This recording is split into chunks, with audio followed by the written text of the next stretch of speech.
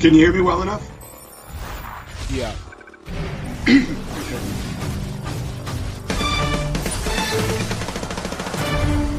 Hello, everyone. Welcome to today's show. My name is Spencer Walsh. Today, we are talking about 2020, coronavirus, and more. But yeah, we start obviously with big 2020 news.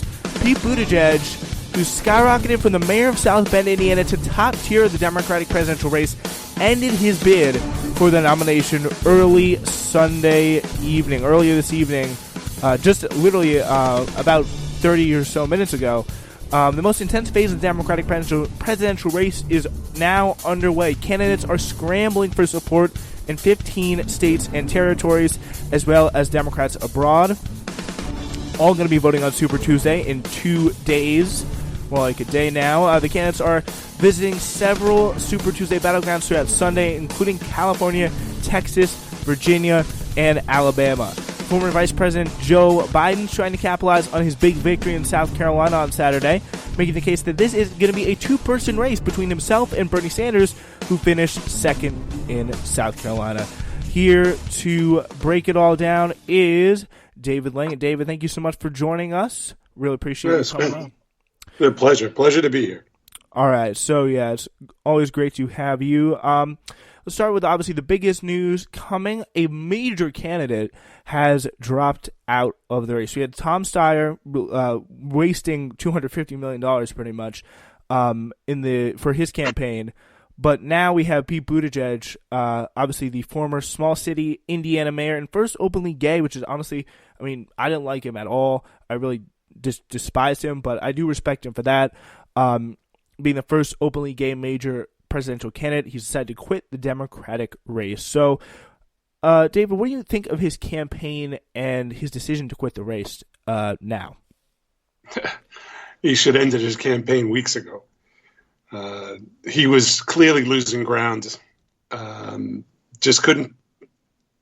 There's just not enough room in the center for Bloomberg, Biden, Buttigieg. Warren's trying to had been trying to creep her way towards the center. It didn't work so well. But yeah, that field, it had to narrow. And let's be honest, it's hard to compete with Bloomberg's money. Mm-hmm. Yeah, it's really hard to compete with Bloomberg's money, and especially it's hard to compete without the support of black voters. And I think it's really interesting that we see the timing come out now. And this, do you think there's some sort of strategic move here that's taken place? On whose part? On the part for literally just the entire rest of the Democratic field, like teaming up to stop Bernie Sanders in some way. Yeah, I think that it's all hands on deck right now for centrist Democrats in the party. Anyway, I think Bernie makes everyone nervous, and it's clear. I mean, when you watch the broadcast coverage from everyone, you name it, CNN, Politico, Fox, I mean, everyone has acknowledged that there are a handful of real fires that have to be put out. One of them is Bernie. Yeah, I think it's definitely a move to transport to Bernie, and that kind of makes me. It's really weird. It seems like that Elizabeth Warren also has kind of turned on Bernie, and the fact that she is still in and desperately trying to suck up votes from Bernie Sanders. I think Klobuchar could do that as well. If they try to suck up votes from Bernie Sanders in states like in the Midwest, where Klobuchar she says she can do very strongly in the Midwest. And Elizabeth Warren mainly in Massachusetts, like that seems to be where they're going. But I just think it's like it's really, I don't think it's like unlike anything we've ever seen in terms of like a mobilization by a political party. Like it obviously reminds me of what they tried to do to stop Trump, but it just didn't work really for them. Do you think the Democrats have a better shot here? That's a really good question. I mean, clearly, when you look at all the polling for the coming states, right, for Super Tuesday, in California, is really the only state that is, you couldn't even call it overwhelmingly Bernie. But when you throw Bernie and Sanders, Bernie and Elizabeth Warren together, they make a pretty substantial plurality, if not a majority. But that's California. Yeah. Right? So he does very well with the Latino population. According to Real Clear Politics average, California, Sanders up 18 on the average in California. Yeah. Which, you know it's what? Pretty big margin. But it's not quite the margin that Biden just won. Yeah. You know, that was a legitimate drubbing. Yeah, it was very similar to what Sanders just turned around and did in Nevada, though. Yes, but and if he pulls up, if he gets 34.4, and Warren is the only candidate really viable, because right now Biden's average at 13.2%. Obviously, you need 15% to get delegates. Anything. That could be pretty big, and especially if he does something similar in Texas and comes out on top in Texas, where he is, I think, in the lead in the but not by much. There. Not by much. 8.9. Yeah, and I don't know that. We've discussed this before, how a two-party system really doesn't serve the middle. These are, people who are voting in a Democrat primary, unless it's an open primary, right? But then you have to decide which primary you're going to vote in. You can't vote in both. Those moderate voters have they have a lot to say. And I'm an independent. There are plenty of people I know. We live since we're in New York City, right? Mm-hmm. There are plenty of people who call themselves independents. I don't think Bernie is winning a lot of them. And I think our own mayor, I'll combine local and national politics in this. Our own mayor, Mr. de Blasio. De Blasio is, I don't think, representative of most of the city when it comes to of political philosophy. Yeah, honestly, I think most of the city doesn't support Bernie Sanders. Like, if you look, there's Brooklyn, obviously, and some of the outer boroughs, more like the working class, the poorer areas. But Manhattan, I think, if you look at the maps of where he's getting donations from, it's not from Manhattan.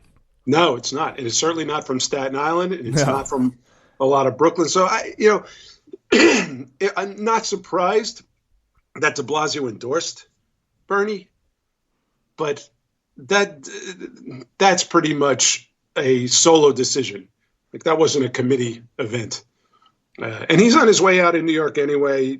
I don't know anybody who likes the guy. I don't know anyone in New York who thinks this guy's an effective mayor. People in New York still like Bloomberg. I get the sense, because what he get 2 terms. De Blasio did.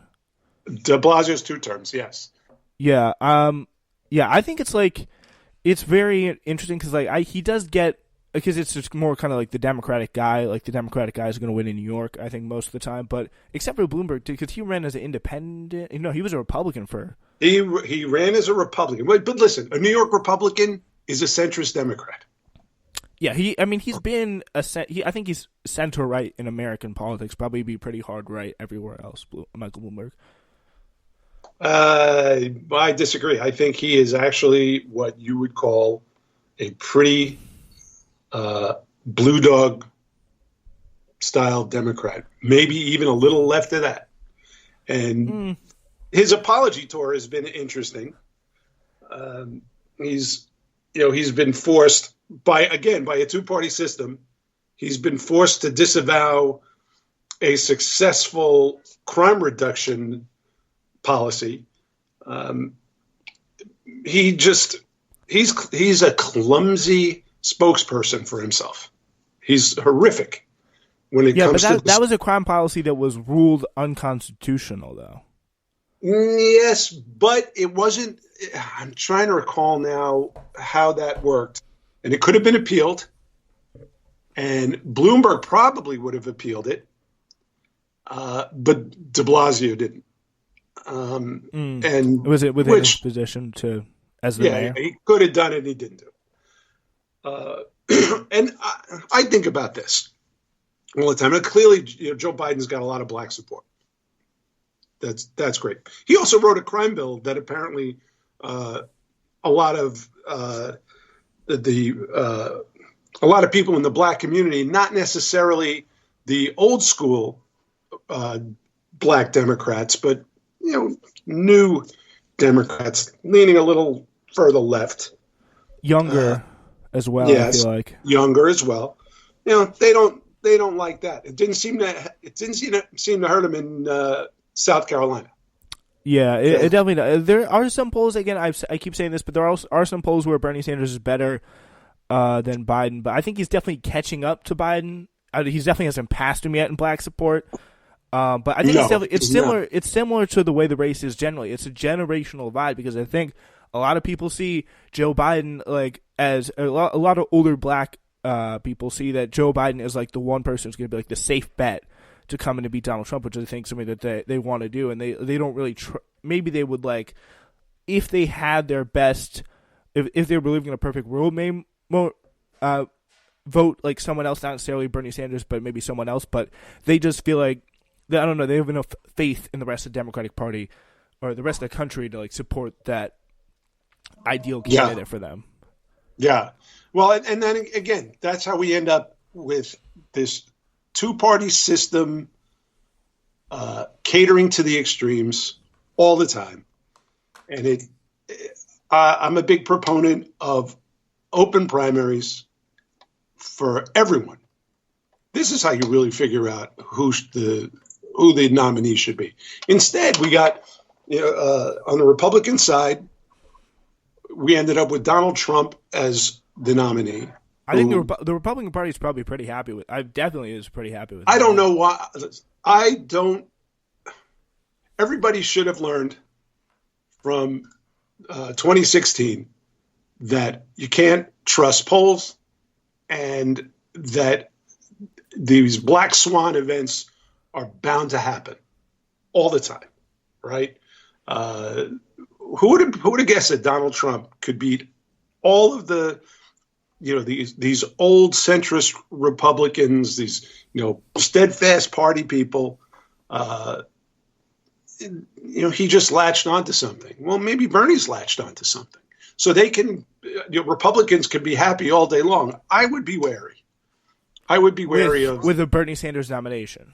Yes, I would. I would no surprise, but I would tend to agree with that because like if you look at the polls though, we talked about polls, like polls they're definitely they're not the most reliable source, but if there's anyone who has a shot to beat Donald Trump, and I think there's more than one candidate on the Democratic side that could probably end up beating Donald Trump. I don't know. Honestly, I don't know if it's Joe Biden. I don't know if he could, but if you look at who's the biggest lead in the polls against Donald Trump, it's Bernie Sanders. So that's just again, most polls have been beating Trump by 5+ in the range of like 6 to like 4 points, maybe. Yeah, but again, polls which isn't are nothing. Yes, exactly. Now, I just I read something the other day about Donald Trump's rallies, and that at these rallies, they are collecting names for and they have a massive war chest and an incredible data operation, and they're at a typical Donald Trump rally now.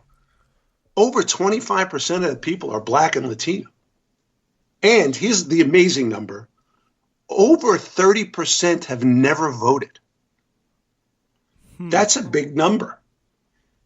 Yeah, bringing new people into the system is going to be incredibly effective. I agree. And, love him or love Donald Trump or hate him, the Donald Trump era has made so many people politically aware. That's undeniably totally true. Undeniable. And it's finally a fantastic thing that has occurred, that more people are involved in we used to get, I remember doing some of the research for some businesses, like double the people would vote for like Dancing with the Stars and would vote in a presidential election. It's like that's absurd when you think about it. Yeah, but, I mean, for a long